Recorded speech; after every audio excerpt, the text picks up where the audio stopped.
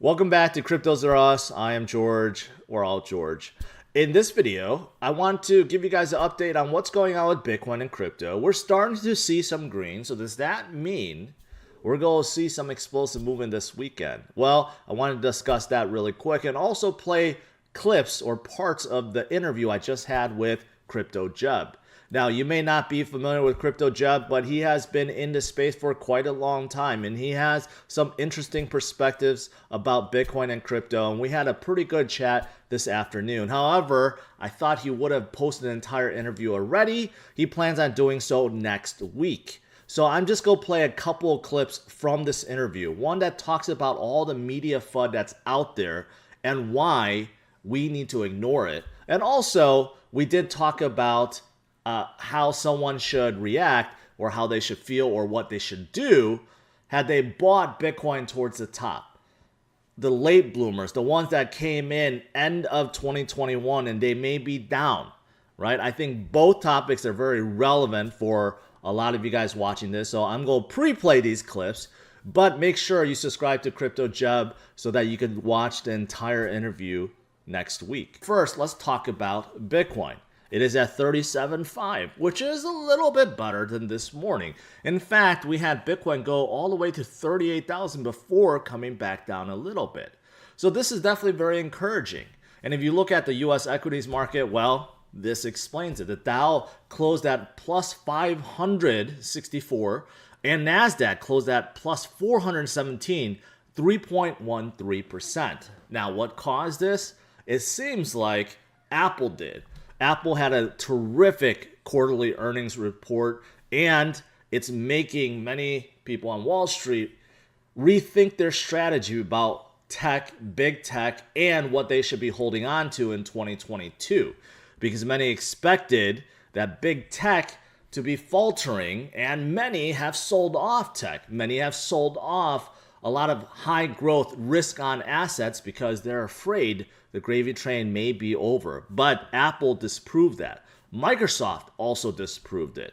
So it does seem like some of the traders are flocking back in. And it's looking like that's what's happening with crypto, which is why Bitcoin seems to be slowly recovering. And a lot of the altcoins, a lot of the L1s and crypto projects are starting to come up. Bitcoin dominance has fallen a few percentage points, and global market cap is up about 3%, and this is definitely encouraging.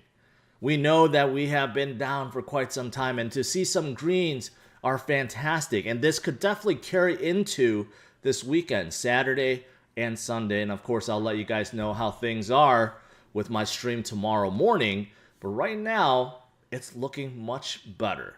With that said, watch these interview clips and enjoy your night, and I'll see you guys tomorrow, 11:30 a.m. Central Standard Time. We've got Jerome Powell coming out saying that, okay, we basically have no idea what we're doing. At least we have no plan at the moment. We're going to come back to you in March. That's pretty much what he said. Like, okay, right. We don't know what we're going to do with interest rates. We don't know what we're going to do with QE. We don't know what we're going to do with the federal funds rate.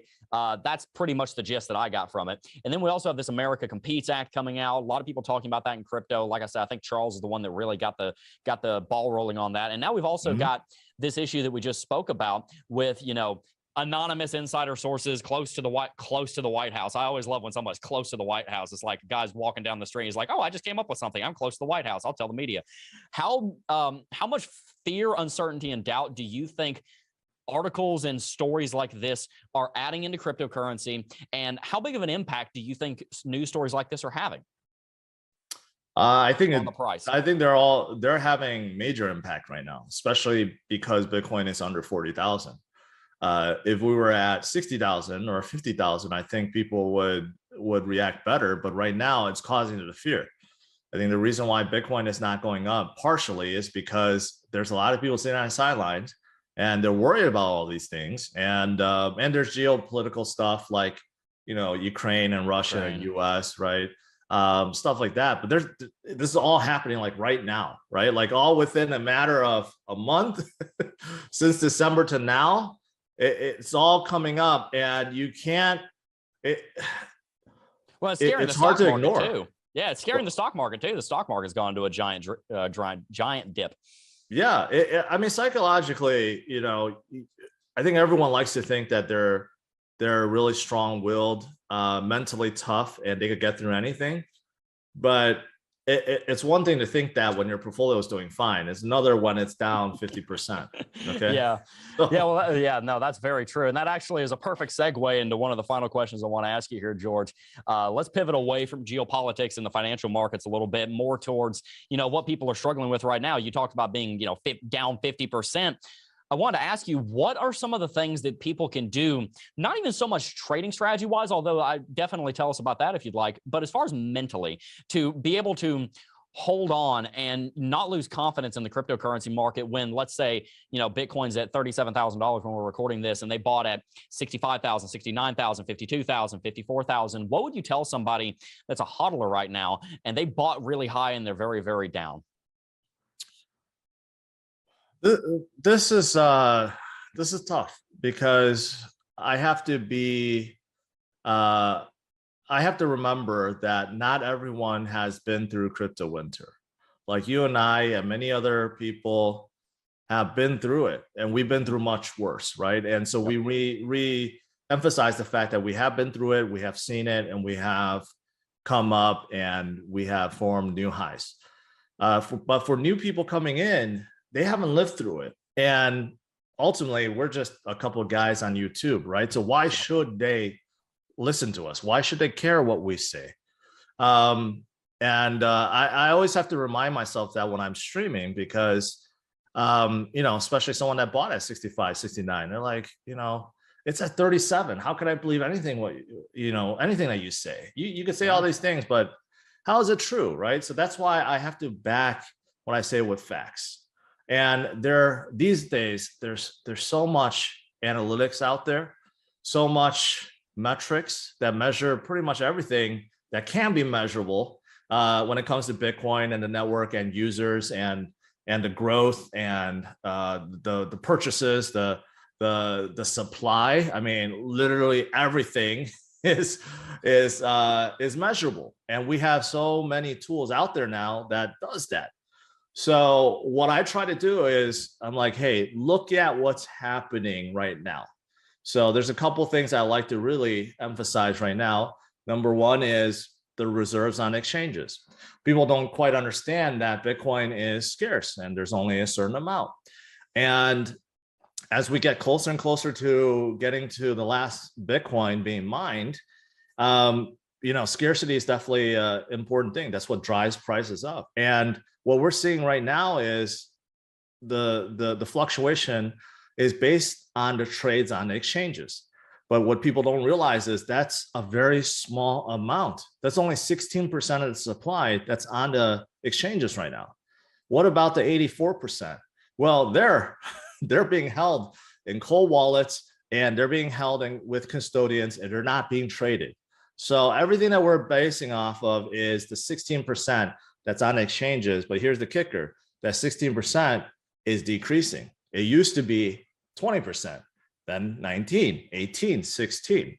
Eventually, as more and more is removed from exchanges, well, that's going to cause the supply to drop even more.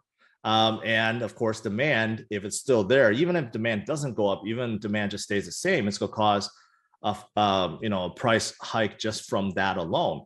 And why is that happening? Well, that's where you got to kind of educate the users like, hey, the reason why the reserves are dropping is because someone is buying, or many people are buying, and they're just removing it from the exchanges. They're utilizing the low prices. So they take it and then they pretty much store it away, right? So that's one metric that I love to show people. And it kind of confuses people because they're like, that doesn't make any sense. If so many people are buying, why does the price go down then? It should cause the price to go up, but they don't understand that this is based on a very small percentage of Bitcoin that's on exchanges. And if you look at another metric that complements this, which is the liquid supply, the liquid supply is basically all the exchanges, all the reserves of Bitcoin that's not on exchanges, and that keeps going up. It keeps going up, despite the fact that we have fallen 50%. That did not dip at all.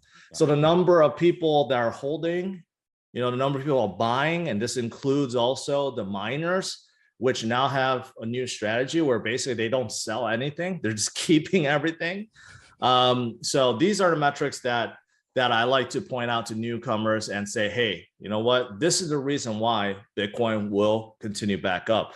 Don't take my word for it. Look at the data, right? Look at what's really happening behind the scenes with the supply.